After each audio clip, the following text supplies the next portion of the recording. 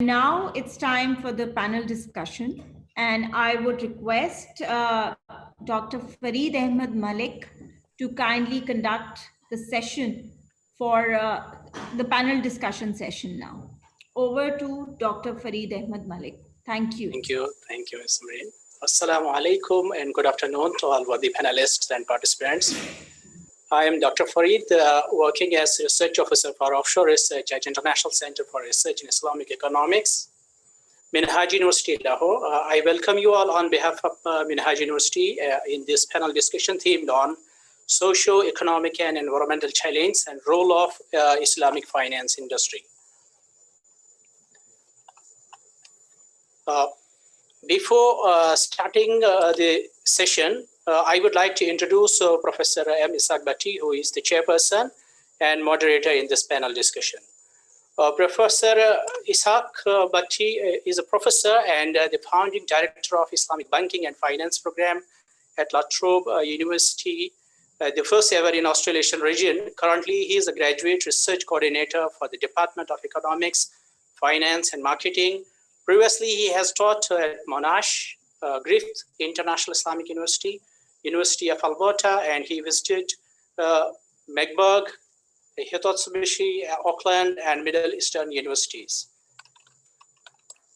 We are honored to have with us Professor Mahmoud Asutay, professor from Durham University, UK, and Professor Dr. Mansor Ibrahim. Professor Dr. Mansor Ibrahim, who is the Deputy President Academic in Malaysia. And we have Professor Dr. Nasim Shah Shirazi, professor from Hammad bin Khalifa University of Qatar.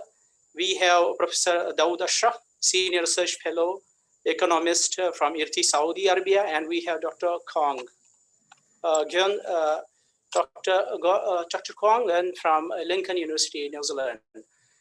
Before handing over the session to our chairperson, I would like to share it with the participants that they can share and ask their questions through Q&A box given on Zoom dashboard. Now, I would like to hand over the session to our chairperson, moderator, Professor Ishaq Bhatti. Professor Ishaq Bhatti, you are welcome. The floor is yours, sir. Thank you so much, Dr. Fareed Saab, for this brief introduction to our highly profile international scholars. And mashallah, we are very lucky to have them here today in the panels. Without wasting any time, we directly move into the session.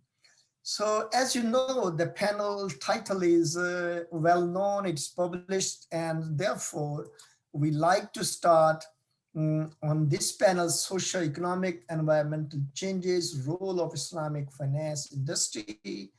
And so, as you know, most of the panelists are well-established researchers, industry advisors, and holding a high-profile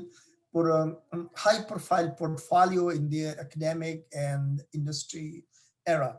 So I can begin straight away my question to our brother, Professor Dr. Mansor Ibrahim. He's expert in Islamic finance, and particularly in the area of responsible finance. And may I request, Professor, the structure of all these panelists, the structure of this will be, I can ask maximum 2 questions, 2 to 3 questions. Each question answer time is 2 to 3 minutes. You're gonna sum up. So as we have only 1 hour, so I was just doing some calculations. So if we got 5, panelists, and if we divide the time, so we cannot justify the topic, to be honest. But please be brief, and you can refer in your publications if you want to explore the idea. So I begin with Professor Mansor Ibrahim. Professor Mansor, developing a responsible finance is seen as one of the crucial challenges. How do you find the role of Islam and Islamic finance, its moral values, and more specifically, the relationship of these moral values with SDGs, and also by advancing the role of Islamic finance industry in its ethical dimension in this direction. What are your views on this this area? Please, Professor Mansor Ibrahim.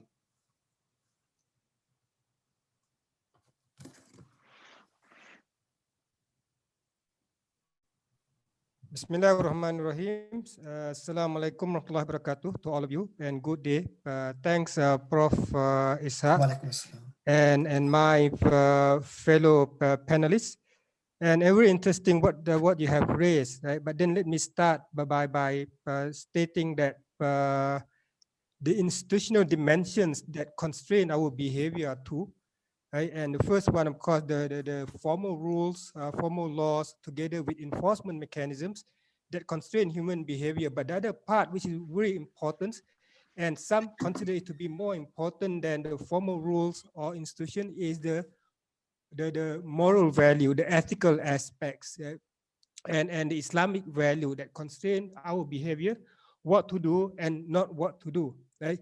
So in this context, we can see that in Islam itself, we have a very concrete, the institutional setting, right, in the context of having both the formal rules and the moral values that governs, for example, in terms of our Islamic financial transactions or govern our economic activities, right?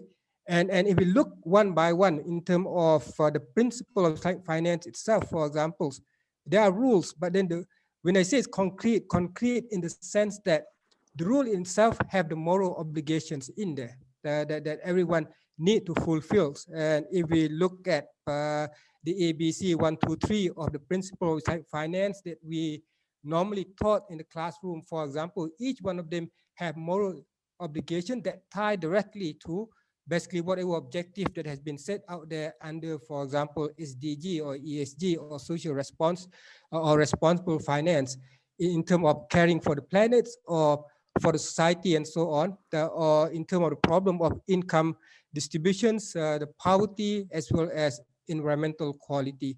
Each one of them you take a look at. So I would say that there are very direct link, right? But why it doesn't happen? So there are different things that we have to look at, especially in Muslim countries, for example.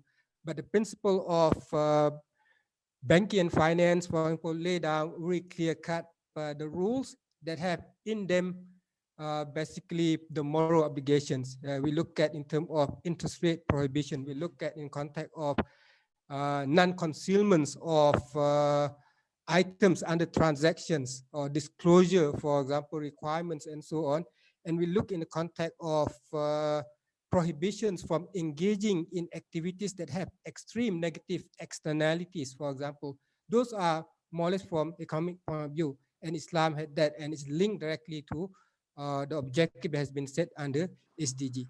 So I will stop here first. I just provide the background in the context of, I would say, the link between the Islam moral values and how basically the what Islam a timing, value, Professor Ibrahim, Mansor Ibrahim. You just took your exact time, mashallah. What a perfect calculation of timing. So to follow up this issue, I may request the industry experts as well as academic expert, my colleague and friend, Professor Dr. Dawood Ashraf. May I request Dawood to address this issue raised by Professor Mansor Ibrahim at a policy-making issue at IRTI and IDB. How you see about it? So again, you got 3 minutes to explain industry perspective. And also at the same time, if you can take care of what is the impact of COVID-19 on SME sector. Thank you. I'm sorry for giving you small and lesser time. Good God. No, that's fine. The kind of questions that you have raised, it requires days to address. And you're asking me to put everything in 3 minutes. Maybe it is working for months on a report. So from the whole Islamic finance to SME sector specifically, and then combining the moral aspects of Islamic finance, and yeah, it's the challenge. But I can tell you that this is the challenge that most of the Islamic finance people are facing every day. As Professor Mansor has mentioned, that the way Islamic finance industry is developing, and how we can have these moral backgrounds that we have behind each and every principle that we are following. I would go rather more straightforward to Maqasid al-Sharia.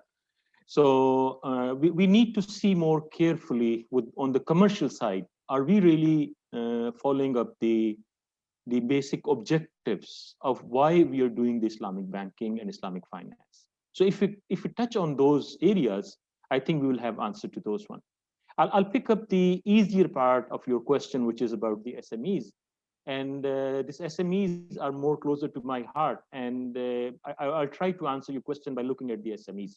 See, the thing is, what has happened with the COVID? COVID is like a natural disaster for the SMEs. Like, imagine after a tsunami, what's happening on the ground. Nothing is there. People are facing big trouble. Disease is there. They're financially distressed. So this is what has happened after during the COVID time. We can't say it's after; it's still going on. So what SMEs are to the economy, and that is one of the most important questions that we should ask. So if I look at SMEs as a sector, so SMEs contribute about 80 to 90% of global firms, and 60 to 70% of global population are employed by SMEs. So when we talk about the SME sector, we are talking about a huge sector.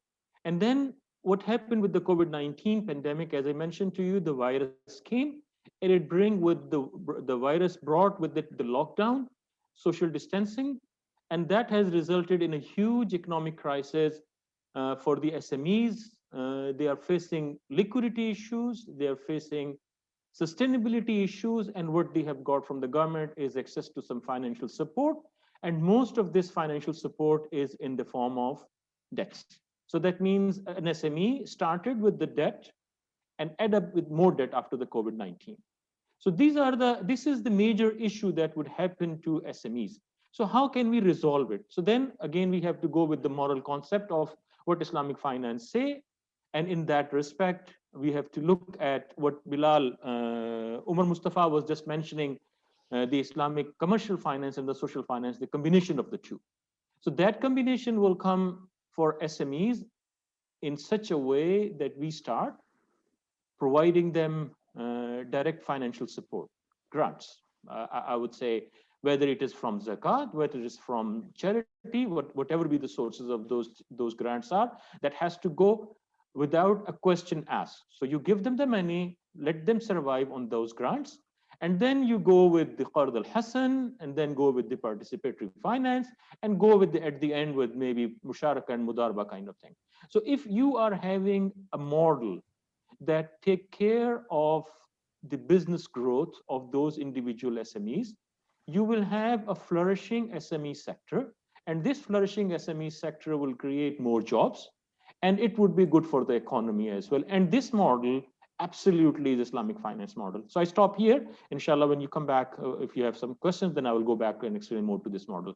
Jazakallah khair. Excellent, Dawood. This was wonderful explanation relating to SMEs and moral aspects, and also the social distances which affected the morality, sustainability, and political instability. So we got with us Professor Mehmet Asutay, who is an expert in this area, who knows the best answer to these sort of issues raised by you.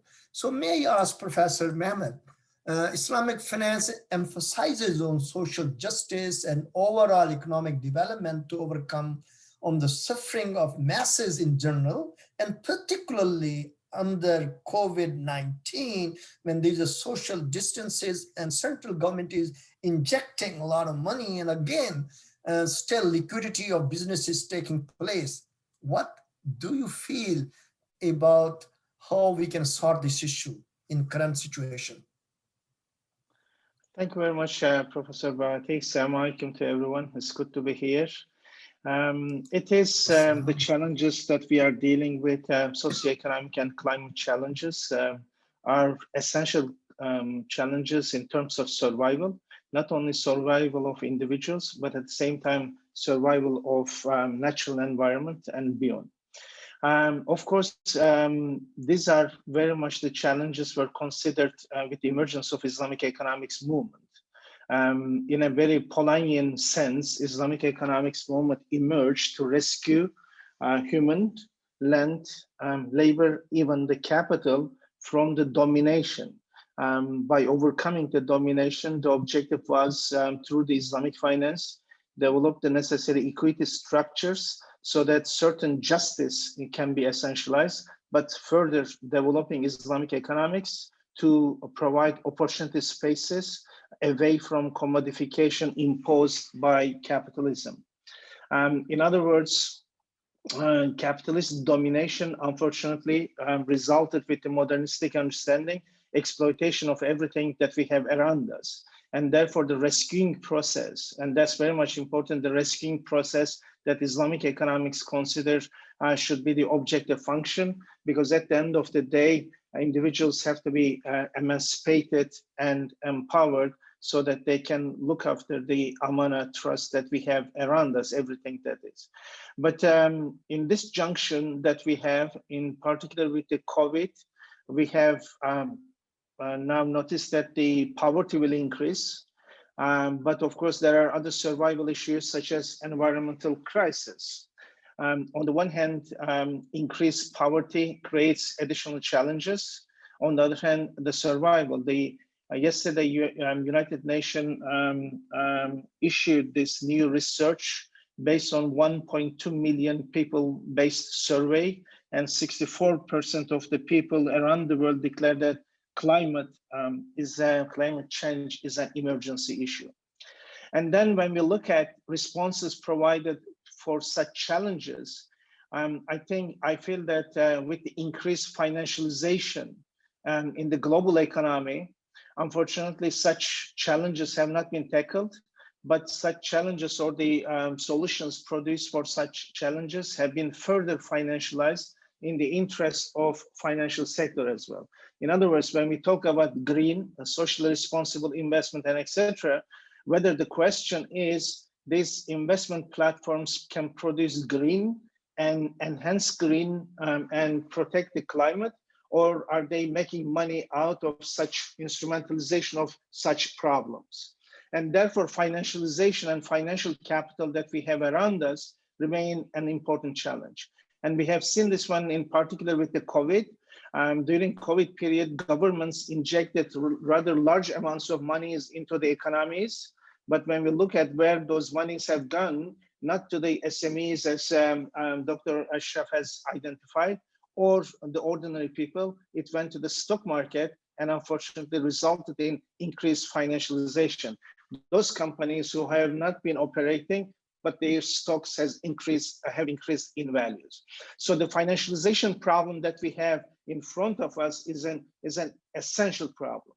And therefore, a moral response is essential to be able to respond to this. And the emergence of Islamic economics as a moment, therefore, is a moral response, suggesting that the deficiency of the morality that we have around us have to be overcome by Islamic morality, and which suggests, of course, justice as the essential source, not justice in terms of as a consequence, but as part of the process. And therefore, resource allocation has to be made in such a way so that the opportunity spaces can be created.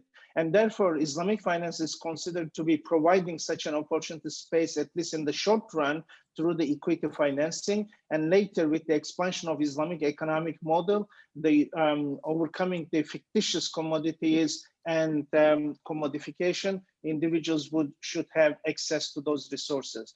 However, the trend has been taken by Islamic finance, unfortunately, has been very much financialization oriented, and that financialization, unfortunately, has not provided the expected opportunity spaces or equity financing to be dominant so that the individual lives can be bettered. And unfortunately, anyway, Islamic economic project has been deferred due to giving attention to Islamic finance. However, in this juncture, and the entire discourse, what we see has shifted from Islamic finance to Waqf and Zakat. Well, Waqf and Zakat has been around.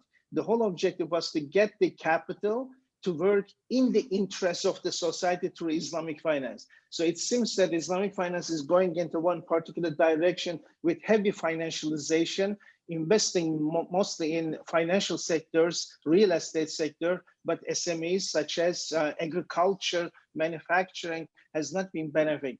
Therefore, the moral deficiency still remains an important question for us to respond, how we can bring back Islamic finance rather than entirely relying again on Waqf and Zakat, but how Islamic finance can help us to make the transformation. Thank you very much. Thank you, Prof. Thank you so much. A wonderful explanation about the question raised, and this will be very valuable for panelists as well as the participant. And we touched around 370 participants, and I think this is a prayer time maybe in Pakistan. So the number of participants are going a little bit down. So thank you, Professor Mehmet. And 1.63 million sample size for an empirical studies addressing morality SMEs. And we got with us an expert in empirical studies, my co-researchers, Dr. Cuong Nguyen, and from Lincoln University, New Zealand. Let me ask him, pandemic has shown a very harsh effect on the global economy, locks down, travel restriction, and you know how New Zealand and Australia controlled. And how do you relate this with underdeveloped and developing economies in light of morality issue, SDGs, and Islamic finance, given your experience with Australia and New Zealand? Professor Cuong Nguyen, please. Thank you, Professor Ishaq Bhatti. Do you hear me clearly? Yes, it's clear. A little bit, the that's sound is a bit low. If you can increase the sound. okay. That's good. Just 1 minute. Yeah. Now it's fine. Is this okay?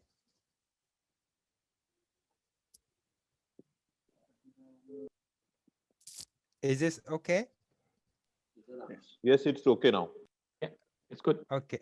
Yeah, okay, that's right. So thank you very much, Professor Ishaq Bhatti. Now, we know that the far-reaching impacts of COVID-19 has been witnessed in every corner of the world, and some country has been successful in containing the virus, while some are still struggling with the pandemic. However, some successful country, for example, New Zealand or Australia or Taiwan, it comes at a certain cost. And do you know that New Zealand apply containment measures, similarly, in Australia, which are effections in limiting the spread of COVID-19 and saving life. But one trade-off from introducing these measures is, the economic cost. And in a recent report from the Reserve Bank of New Zealand, it estimates that GDP is around 37% lower during the periods of level 4, which means lockdown of all non-essential activities in New Zealand than it could have been without any restriction. So what does it mean? It means that a lockdown for 1 quarter could reduce quarterly GDP by 37% in New Zealand. And over 4.5 weeks, that equals to 10 billion US dollars of loss in production, which is reducing, annual GDP by 3.2% in New Zealand. And at the global level, the World Trade Organization forecast that 9.2% declines in global trade in 2020. And the COVID-19 pandemic has already erased 130 million jobs in the first quarters of 2020 and eliminated around 400 million full-time jobs in the second quarters of 2020. And of course, you know, there's a economic downturns, disproportions on developing and also in emerging economies. So why is it important for the developing and emerging country? Because there's less resources to protect themselves against the dual crisis, health crisis, and also economic crisis. And one of the more important, investment flows for these countries, developing and emerging economies, is the foreign direct investment flows.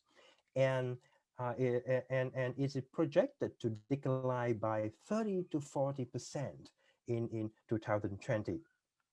And of course, in OIC country, I think it is the same situation in this country. Economic downturns leads to debt, leads to debt in OIC country as well.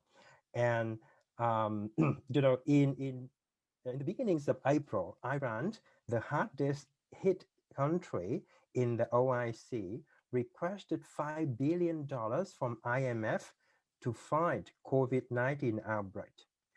And on the same month, Pakistan, I think all of you know about this information.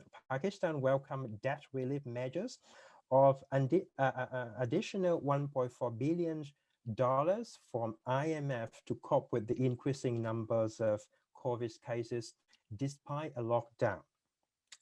And IMF also approves a lot of emergency financial assistance to OIC country in these areas. Of course, central banks, governments, right, have a lot of relief packages to rescue the economies. For example, the Saudi Arabian monetary authorities announced a private sector finance support program with a total values of nearly $14 billion, and had direct banks to provide concessional loans, in order to have businesses maintain their employment levels. I think, why the extent and the severities of damage caused by the COVID-19 pandemics on our economies has not come through yet. Different measures, will be taken to assure that economic and social resilience will come out in weeks to come. Yep, it's Professor Ishaq. Thank you. Thank you so much. This was a wonderful thing to state that OIC countries' data is demonstrating an empirical work done by Dr. Cuong Nguyen, and this is surprising to me to see the figures that 400 million joblessness, and this has creating a lot of morality issues within OIC countries and other developed countries. So who else knows more than us about these issues? Our colleague, Professor Nasim Shirazi, from who worked in the Central Asian republics as well as Middle Eastern countries and Southeast Asian country, Malaysia, Pakistan, elsewhere, being an academic as well as an industry and policy makers working in IDB and IRTI. Let me invite him to ask why the question of morality and sustainability is critical now more than ever. Please, Professor Shirazi. Assalamu alaikum. Do you hear me? Yeah, it's very clear. Thanks. Okay, thank you. So the discussion on sustainability is critical now more than ever because the universe is interconnected.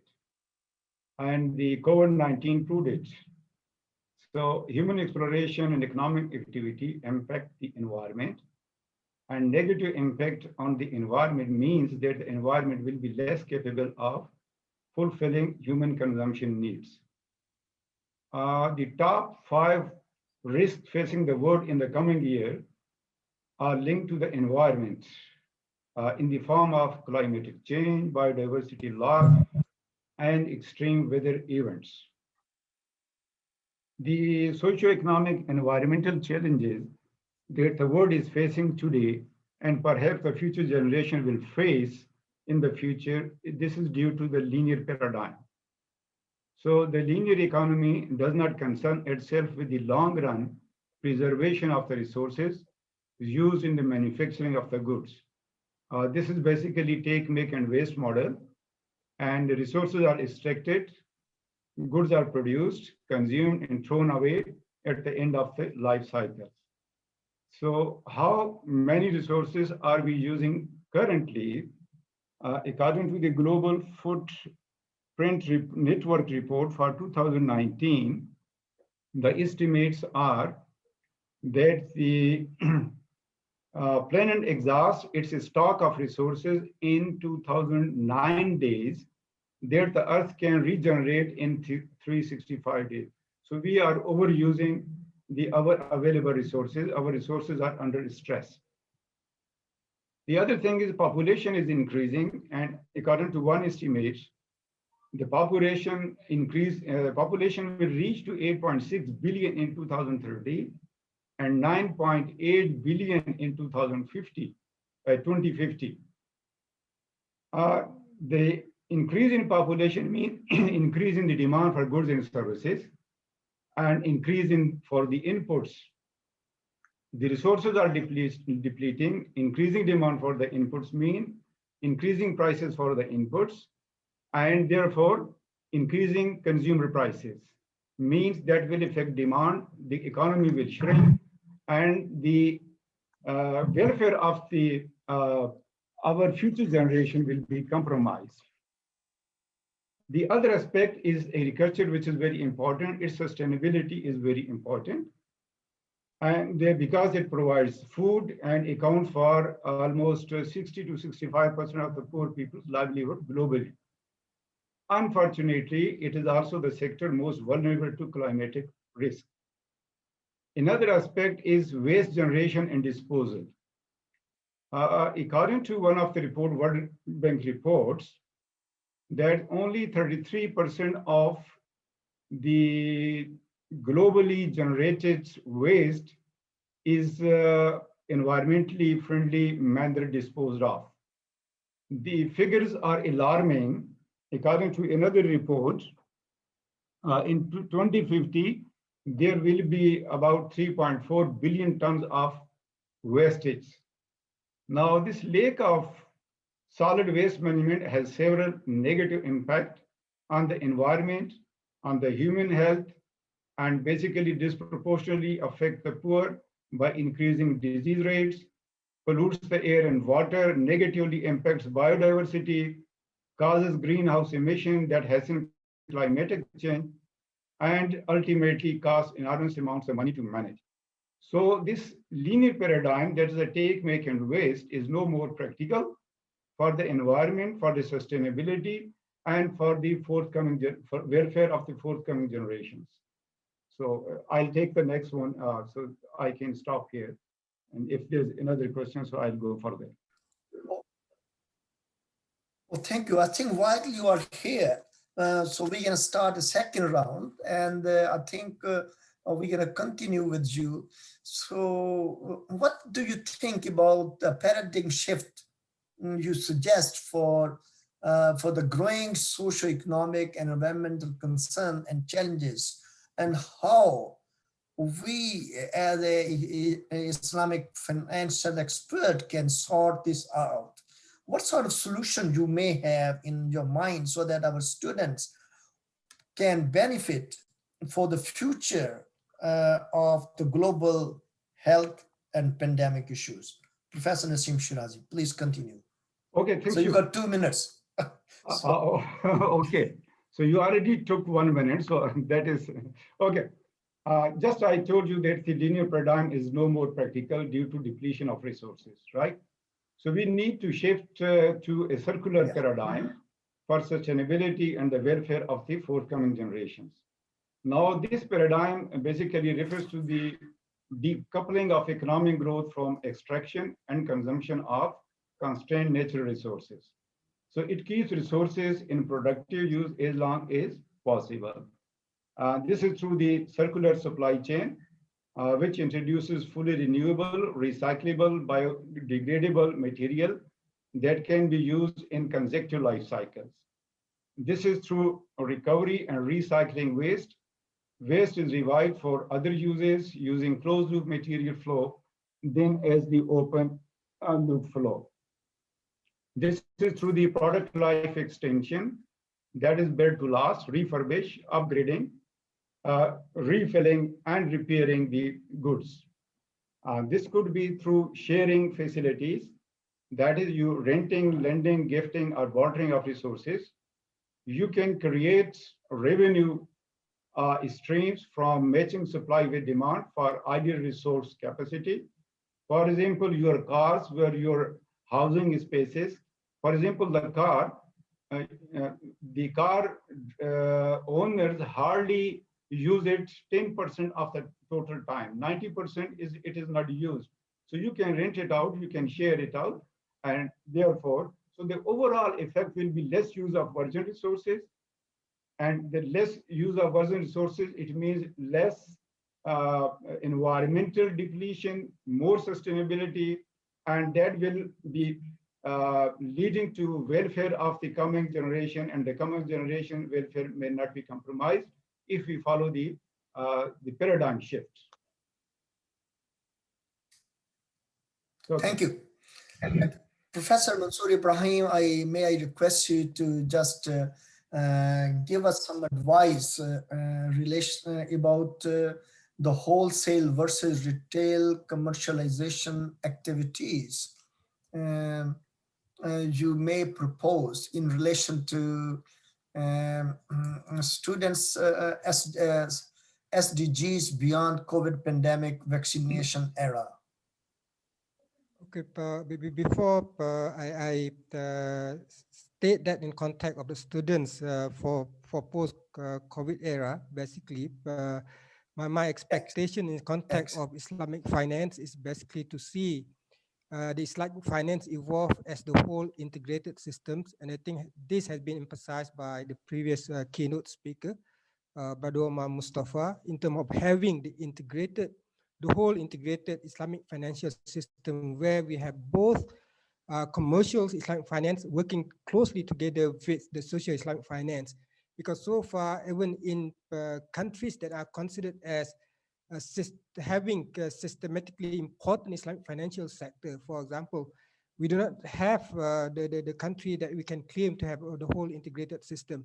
So it's basically the attention for us or for the students, for example, the future generations or all participants or researchers, for example, to focus on developing this in the future, right? And I think we should not basically continue to do the same thing and continue to discuss the same thing. For example, I think the notions whether Islamic finance is different from conventional finance or more socially responsible as compared to social finance, it's not a question that we have to deal with.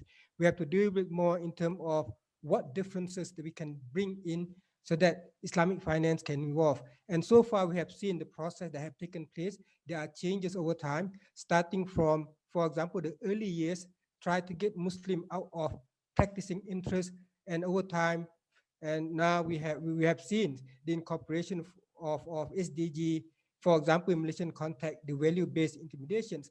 Now we are talking about positive screening for Islamic equity market, for example. So far, we have financial screening, we have negative screening, but also we need to put in positive screening.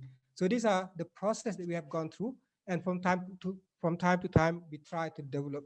And these are the focus that we need to put on so that we can develop further Islamic finance industry.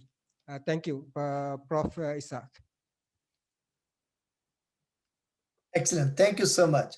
May I request Professor Dawood Ashraf, being an expert as a policymakers, academic, and researchers, may I request you to please, based on your experience, how to evaluate Islamic finance current situation with SDGs beyond COVID pandemic vaccination era, what IRTI and IBG's policy making think tankers are doing on these issues? Thank you very much, Professor Ishaq. In terms of, I'll pick up the last part of your question first, and then inshallah I'll go back to the bigger one. In terms of what ISDB and Islamic Research and Training Institute is doing, IDB on its part is working very diligently with a lot of institutions, including COP21, to incorporate environmental concerns within their financing regime. They're trying to raise funds using the green financing. Recently, we have issued the first green sukuk. So in terms of ISDB and IRTI going towards more environmental sustainability, we are working on our part. Also, I think being a multilateral development institution, our own practices definitely affect the behavior of other players. But most probably what we need to look at is the sector which contributes the most towards the economy of most of the OIC countries, which is SMEs. SMEs are small, we know that. But these small SMEs, although small in size, they have huge impact on the overall environmental degradation. So that we need to address. So what we need to do is, I believe Malaysia has set a good example by going towards the value-based intermediation, that we need to incorporate within our system, the Islamic financial commercial side specifically, the environmental concerns within, say, for example, the banks should be using, should be financing only those SMEs who are contributing more positively towards the better environment. Also, they should promote practices that can help them to be more environmental, more sustainable, promoting more sustainable environment. So all these things are to be go with one another. It cannot go just the multilateral development institution is working alone, but it should be industry and multilateral development institutions, and overall economy has to go into the direction which can help the economy to go more towards the greener, more leaner, and more sustainable side. Thank you very much. Thank you, Prof. This was a wonderful answer. And let me relate this, your policy making idea with the theoretical and morally linked with the Professor Mehmet Ashraf's way. So Professor Mehmet, what do you think, and how you relate contemporary scenario and find Islamic finance industry as a panica to deal with the existing post-COVID-19 challenges? Please. I think the challenges, I think the challenges we have in front of us is very difficult for the Islamic finance industry to handle alone. And therefore, it is important that it has to be linked to the larger political economic scheme. In other words, if we have the regulative environment, which is based on conventional banking institutional logic of financialization, and that regulative environment squeezing Islamic finance further and further into the similar paradigm, I don't think that we will be able to find any other reason other than shareholder-based, shareholder maximization-based paradigm. And therefore, not only for Islamic finance, but conventional finance, in order to be able to make a difference, this institutional logic has to be revised. The whole objective anyway, as I mentioned, with the emergence of Islamic economics and finance, was to challenge this institutional logic. However, we have taken this institutional logic as the end of history somehow. And in our circles, Islamic finance, as if Islamic banking is revealed in the Quran. No, this is an institutional logic. We have taken it, but we, at this junction, we realize that it is no longer working to overcome the problems in terms of overcoming the domination of capital. For instance, how we can overcome the poverty problem, environmental degradation in Pakistan. And with this current institutional setting, we cannot do that. And therefore, we have to relax this institutional setting rather than forcing, for instance, Islamic banks to be Basel III. Because we have to understand that these are two different institutional logic, how we can get our institutions with certain objective function to deliver to the society by applying different notions of institutional logic. That's the morality, Islamic morality-based institutional logics have to come out. And therefore, what happened when this institutional logic has not delivered, and therefore all the research, all the discourse nowadays around what? Islamic social financing, such as in Malaysia, is an amazing success story in Islamic finance with 30% of the entire financial system. Yet everyone nowadays talking about Islamic social financing because Bumiputra's life has not been affected. So, but the whole objective was to rescue the Bumiputras. And therefore, we have to get out of this institutional logic, and morally determined Islamic institutional logics have to be developed through the participation of civil society. I feel that civil society, as it is in the West, played an important role in the emergence of ethicality, in the emergence of SRIs and impact investments. Civil society was the notion. And therefore, in the Muslim world, rather than shifting the morality to the responsibility of Sharia scholars, civil society have to play an important role, and ask its share to be delivered through Islamic finance. Thank you. Thank you very much, Professor Mehmet. Given Islamic social finance and pandemic, may I ask Dr. Cuong Nguyen to give some explanation that we got no travel restriction, we cannot travel, no vaccination is going on. These are the burdens on the developing and underdeveloped economy. GDPs have been contracted. So what do you think? Whose role is the most important? What regional, what effect, whether regulator, central bank, or social financial institution has to lead the priorities? Please give some feedback to our participant and Yeah. Thank you, Professor Ishaq Bhatti.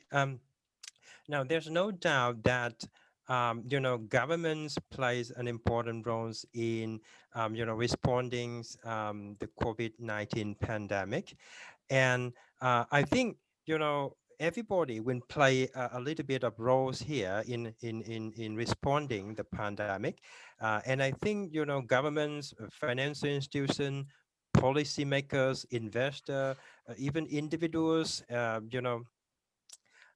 even smallest social units of any economy should come together to look for solutions, to look for the ways to face with economic downturn, health pandemics, health crisis similar to COVID-19. But the COVID pandemics absolutely accelerate the development of Islamic fintech innovation. I mean, there is very potential opportunities for Islamic finance, and there's a lot of countries come with lockdown, and banks, financial institutions that are still heavily relies on branches to operate now are forced to roll out digital tools. And this digital tool, this fintech products will have widened asset, and also it will have to increase the sector social transformation roles. Additionally, fintechs can increase, in terms of Islamic finance, increase the standardization, the streamlined process, and have reduced cost, increase transparency, and of course, thus making Islamic finance instrument more competitive with conventional forms.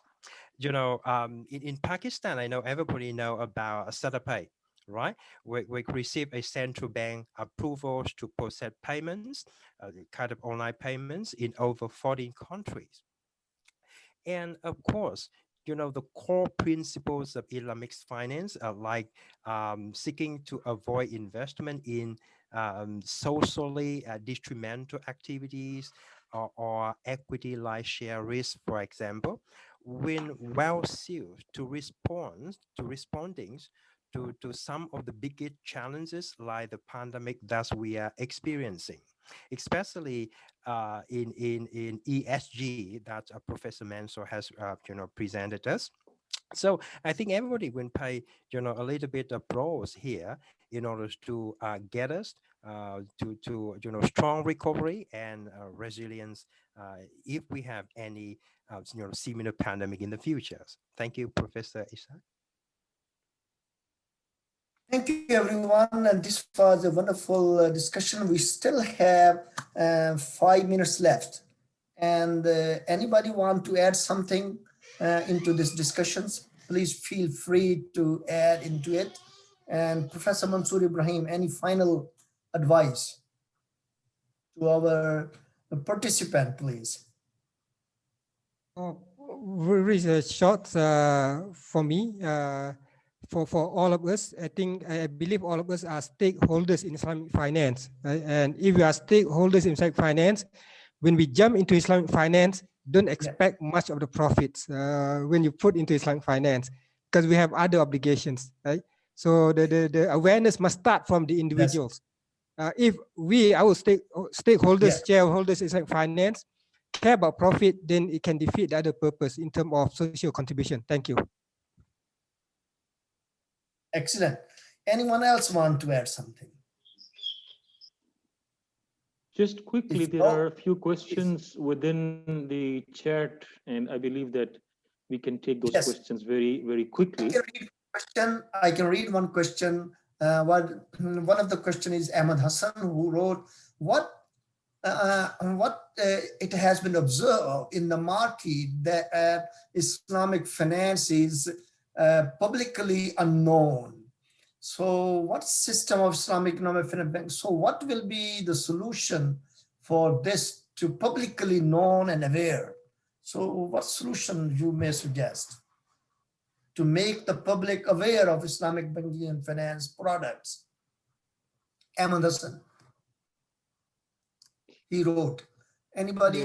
Dawood Ashraf, please, if you can answer. This is a question maybe which is very typical. Yeah, this is a very typical question on most of the conferences. And the lack of awareness is, I think the State Bank of Pakistan has done a study a couple of years back on knowledge, aptitude, and perception. So I think this is the role of the financial institutions. They have to show that they are different from what other commercial institutions are. And based on that, they can create more awareness. See, the thing is, at the moment, the issue with most of the Islamic financial institutions are they're not seen as different from that of conventional financial institution. And that needs to be addressed. And that will be addressed if the products and services that the Islamic financial institutions are offering are more closer to the ability, are able to resolve the economic issues of what the societies are facing. So the issue is right now, as Professor Mehmet has mentioned, it's mostly the services they are offering are very similar to commercial institutions. So that's why I think that's the main reason. There was a question here, and I want to take it up myself, that there was a gentleman who has asked a question about whether the multilateral institutions in other countries, why don't they take Islamic finance when the Islamic finance is so close to what SDGs are offering? I can tell you that the multilateral development institutions, at least the World Bank, the United Nations, the UNDPs, and all these people, they're looking into it. We have done a couple of reports with the World Bank. We are working with the UNDP on this side. So definitely it's going to take some time. Most of these institutions are faith-free institutions. So going into a faith-free institution and talking to them and teaching them about the faith is a difficult task. So what we need to do is we need to make sure that what we are offering is something which is applicable to everybody, not only to Muslims, but to everybody. And we have, alhamdulillah, most of our research scholars have developed that thing very clearly, that the Islamic finance definitely has a lot of value proposition, whether you're a Muslim or not. It can create a positive impact on the economy. So I'll stop here. Thank you very much. Jazakallah khair. Thank you. Anybody else want to ask? Just very important. Can I just quickly on the awareness issue? I think one of the mistakes we have done by linking the modern Islamic finance with the traditional life of our people. So in the life of ordinary people, they think that these are entirely different beyond them. However, we have embedded practices in the Muslim world which emerge over the centuries in relation to Islam, in particular, such as in agriculture. People have been using Islamic business models, but somehow when they realize that there is this headquarters with Islamic finance, somehow that link has not been established. And therefore, we have to look into how we can establish this link with the culturally developed Islamic historical legacy, as well as the modern Islamic banking. So that thing is important. I think that is missing. The second thing is, of course, Islamic banking very much focused on high net worth individuals, and therefore they have been decoupled from the lives of the ordinary people. So not only the capital movements that they have to focus on, they have to as well an important objective function that is expected of them. The whole rationale is looking after all those unbanked people, how we can make a difference in their life. Thank you. Thank you, Prof. One question is a very interesting question. Alian, a participant, he or she asked, why Islamic finance is not implemented completely in one of the society or anywhere? Why Islamic finance is not implemented? Nasim, Shah, Prof, why it's not implemented completely in? I think this is one of the students. Yeah, I think this is a very difficult question. That why it's not implemented fully. Because in Pakistan Supreme Court once ordered that there will be no interest from that day onward. There will be interest-free banking, and that the political government they again went to the Supreme Court and they got a stay, and still that is going on. The problem is the commitment of the government. That is very important. And not only the Islamic, we must have all the Islamic ethics and Islamic teaching in our life. Unless we have all this in totality, Islamic finance cannot be adopted fully. And unless, unless when we are dominated by the capitalist system, which is there, so we have to follow them. We are under their influence, and we cannot do Islamic finance in full unless we separate ourselves from this system.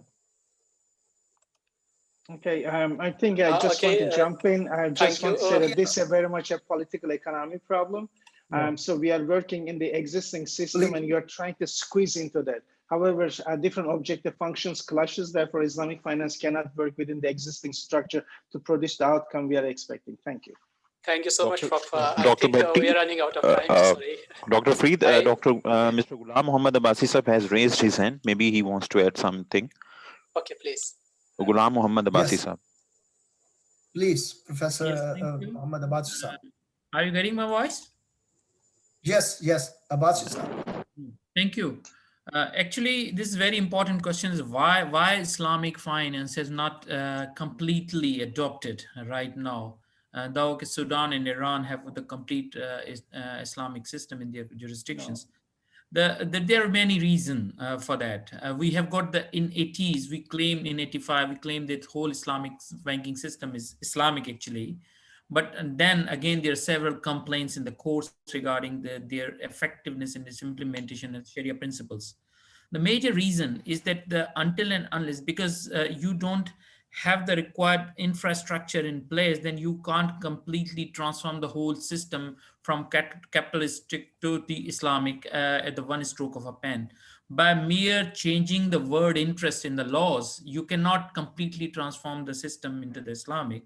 So and anywhere you go globally, no country, even the Saudi Arabia or Malaysia or any country, can't give you a perfect date that by this much date the whole system can be Islamic. Of course, we can increase the speed, we can gradually move at a faster pace, but with the push of the government, with the support of the government and all the stakeholders. But nobody can give you a fixed date by within a 1 year's time whole system will be Islamic, because then we will end up with the same result what was in the 80s and 90s, that the people say it is Islamic, but there are no Sharia experts, there are no Islamic bankers, there are no regulation and enabling all the different stakeholders on board on that system. So it's a gradual and parallel move, globally adopted. And inshallah, with the help of all stakeholders, different countries are moving and increasing their market share. Thank you. Thank you.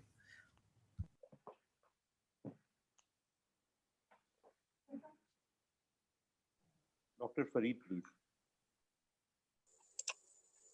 Thank you so much, Prof. Could you unmute the mic, Professor? Prof. Bhatti sir. Okay, thank you very much. Prof. Bhatti, I think, yeah, mic. Okay, thank you. Thank you, everybody. Thanks a lot for your participation. And we are running out of time. There are a lot of questions coming up, and I would like to thank you, my panelists, and Abbasi Saab, and also Dr. Farid for helping us with this, running this panel. Thank you, everybody, for your contribution. And these are being recorded and they are online. And thanks for our participants, their patience. We got 330 participants still, and there are questions keep on coming.